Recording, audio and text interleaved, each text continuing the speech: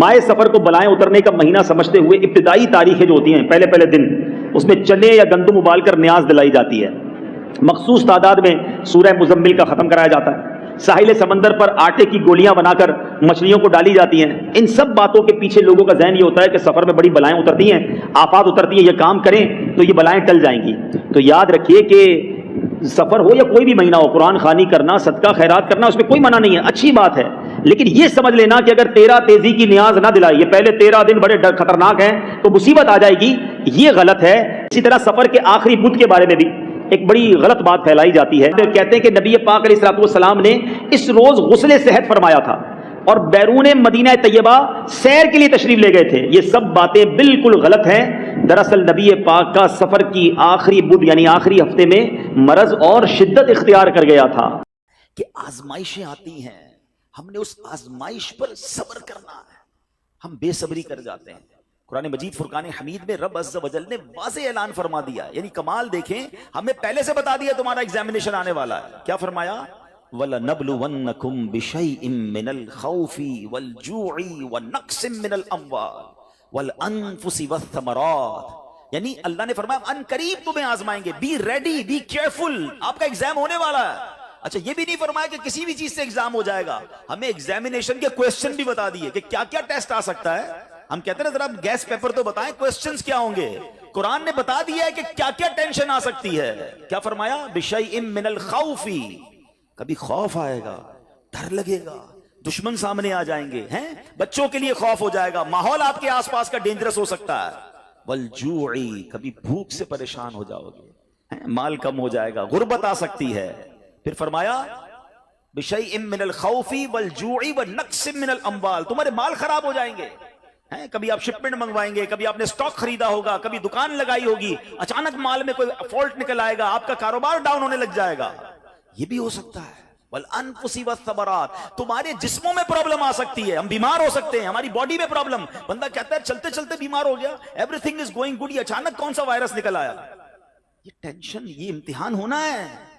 وَالثَّمَرَاتِ، یا تمہارے پھل، تمہارے مال، تمہارے باغات، یہ بھی خراب ہو سکتے ہیں۔ مگر آگے قرآن کیا کہتا ہے؟ یہ ایگزامینیشن سے جو پاس ہو جائے گا نا، فرمایا وَبَشِّرِ الصَّابِرِينَ، خوشخبری ہے صبر والوں کے لیے، it means good news waiting for you, یہ ٹائم نکالنا ہے، اگر صبر سے نکال گئے تو آگے کیا ہے؟ خوشخبری موجود ہے۔ الذین اذا اصابتهم مصیبہ قالوا انا للہ وانا الیہ راجعون، کہ جب ان پر کوئی مصیبت آتی ہے تو وہ کیا کہتے ہیں؟ واویلا نہیں کرتے، کہتے اللہ ہی کا مال ہے، اللہ ہی کی طرف لوٹ جانا ہے۔ کاش یہ بات سمجھ آ جائے، جب بھی آپ کو فیل ہونا کہ یار چلتے چلتے معاملات ڈسٹرب ہو رہے ہیں تو بی پریپیئر کہ مجھ پر ٹیسٹ شروع ہو گیا اور میں نے فیل نہیں ہونا ہے، میں نے صبر کے ساتھ یہ مشکل وقت گزارنا ہے، اللہ پر بھروسہ رکھنا ہے، اللہ پر یقین رکھنا ہے۔ اب ہمارا پرابلم یہ ہے کہ جب کسی کو کہو بھائی صبر کرو تو ساری دنیا کو بتا کر کہتے ہیں جناب صبر ہی تو کر رہے ہیں، یہ صبر نہیں ہے۔ آج کل ایک جملہ بڑا مشہور ہے، لوگ کہتے ہیں اللہ آپ کو صبر جمیل عطا فرمائے، صبر جمیل پر اجر عظیم عطا فرمائے۔ ان کو روک کے پوچھو بھائی صبر جمیل کس کو کہتے ہیں؟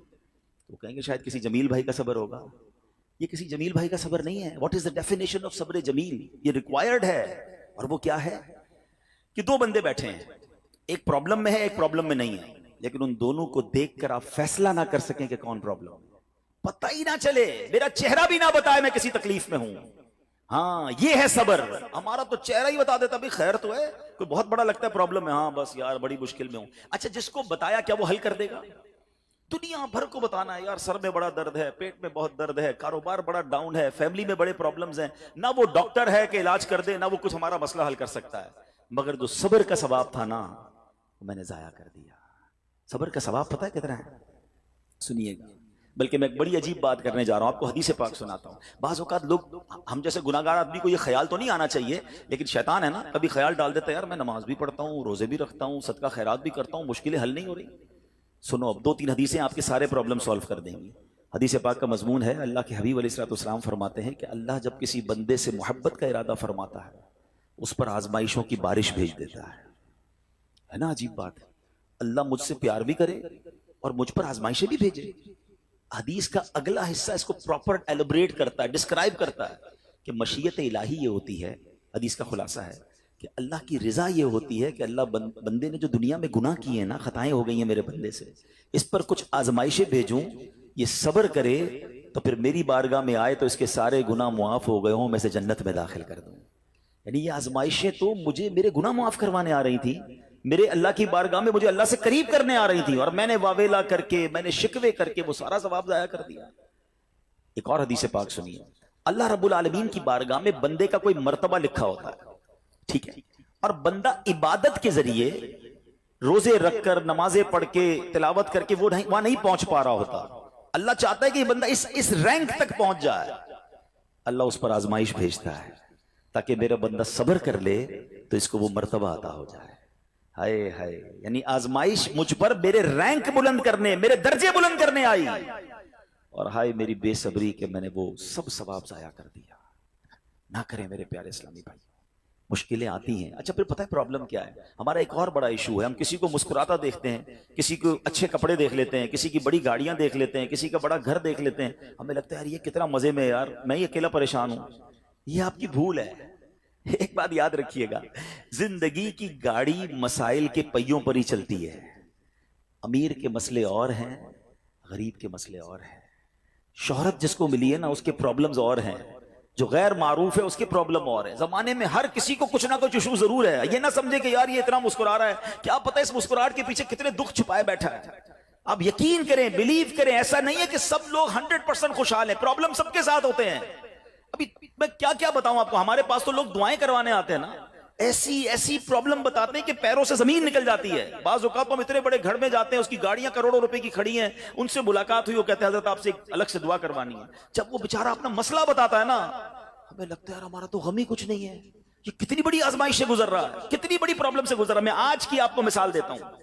ایک ہمارے بہت اچھے بھائی تھے، آج سے کچھ عرصہ پہلے انہوں نے ہمیں ایک ماشاءاللہ پراپرٹی دعوت اسلامی کے لیے، بچیوں کے مدرسے کے لیے دی، اور اس کے چند دنوں بعد ان کا وصال ہو گیا۔ ان کو بیچاروں کو کینسر تھا۔ میں ان کے گھر پہ دعا کرنے گیا، ان کے بیٹے نے مجھ سے جب گلے لگانا تو بیٹا رونے لگا۔ اچھا میں سمجھا کہ بیچارہ اپنے والد کو یاد کر کے رو رہا ہے، ظاہر ہے 16 دن پہلے انتقال ہوا۔ اندر گئے، دعا کی، اس کے بعد میرے کان میں کہتا ہے کہ عبدالعزیز بھائی اس وقت میری زوجہ ہاسپٹل میں ہے۔ میں نے کہا کیا ہو گیا؟ کہ میری وائف کو بلڈ کینسر ہو گیا ہے۔ والد کا کینسر میں انتقال ہوا ہے، اللہ نے بڑا نوازا ہے ان کو، جیولرز ہیں، لیکن میں یقین کریں، میں آپ کو سچ بتا رہا ہوں، میں گاڑی میں بیٹھ کے میں بھی رونے لگا، کیونکہ وہ بندہ جب مجھے چھوڑنے آیا نا پھر میرے گلے لگ کے رو رہا تھا۔ میں سوچنے لگا یار کتنا دکھ ہے لوگوں کو، اللہ نے کتنی بڑی ہم پر مہربانیاں کی ہیں۔ اگر مجھے کوئی بڑی بیماری نہیں ہے، میرے بچے میرے ساتھ ہیں، میری فیملی میرے ساتھ ہے، نہیں چاہیے یار دنیا کے سارے اللہ تللے، نہ ملے اتنی ساری لگژریز، صحت سے بڑھ کے کچھ نہیں ہے، مگر ہمیں اس کی قدر ہی نہیں ہے، ہمیں اس کی کوئی اہمیت کا اندازہ ہی نہیں۔ پوچھو ان سے، کروڑوں روپے ہیں مگر علاج نہیں ہو پا رہا، ڈاکٹر بعض اوقات مایوس کر دیتے ہیں۔ کتنا تکلیف میں ہیں لوگ، اور ہم ہیں کہ چھوٹی چھوٹی باتوں پر بے صبری۔ صبر تو کریں، اللہ کی رضا پر راضی تو رہیں۔ میں نے آپ کو خاندان نبوت کا واقعہ سنایا، ارے کھانے کو کچھ نہیں ہے مگر شکوہ نہیں ہے۔ کاش یہ بات ہمیں سمجھ آ جائے اور ہم ہر حال میں اللہ کا شکر ادا کرنے والے بن جائیں۔ اور ایک اور میں آپ کو بات بتاؤں، ہم جو دنیا والوں کو بتاتے ہیں نا، ہوتا کچھ نہیں ہے اس سے۔ مت بتایا کرو دنیا والوں کو، صحیح بتاتا ہوں، مت بتایا کرو، اپنے غم مت بتایا کرو، ثواب بھی چلا جاتا ہے۔ اور بعض اوقات یہ دنیا والے نا ہمارا مذاق بھی اڑاتے ہیں۔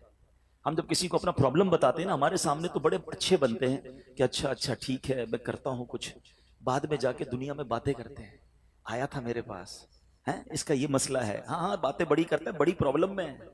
کیوں بتاؤں میں دنیا والوں کو؟ وہ نعت کا شعر ہے نا، کسی کا احسان کیوں اٹھائیں، کسی کو حالات کیوں بتائیں، کیوں بتاؤں میں دنیا والوں کو مجھے کیا غم ہے نا میرے آقا سلامت رہے ہیں، اللہ کے حبیب علیہ الصلوۃ والسلام ہیں، اور رب عز و جل کی بارگاہ ہے، میں ادھر عرض کروں نا، کسی کا احسان کیوں اٹھائیں، کسی کو حالات کیوں بتائیں، آقا تم ہی سے مانگیں گے تم ہی دو گے، تمہارے در سے ہی لو لگی ہے۔ ہاں اللہ رسول کی بارگاہ میں عرض کیا، ادھر آنسو بہاؤ، نہ بتاؤ دنیا والوں کو۔ ایک اور کمال کا شعر ہے کہ دنیا والے تو درد دیتے ہیں، دنیا والے تو درد دیتے ہیں، زخمی دل کی دوا مدینہ ہے۔ تو جب دنیا والوں نے کوئی ہمارا بھلا کرنا بھی نہیں، نہ ان کے ہاتھ میں ہے، شفا دینے والی ذات میرے رب کی، برکت دینے والی ذات میرے رب کی، تو اللہ سے ہی باتیں کرو نا۔ تو آج سے یہ ذہن بنا لے میرے پیارے اسلامی بھائی، مشکل آنی ہے تو صبر کے ساتھ وہ وقت گزارنا ہے، اللہ کی رضا پر راضی رہے۔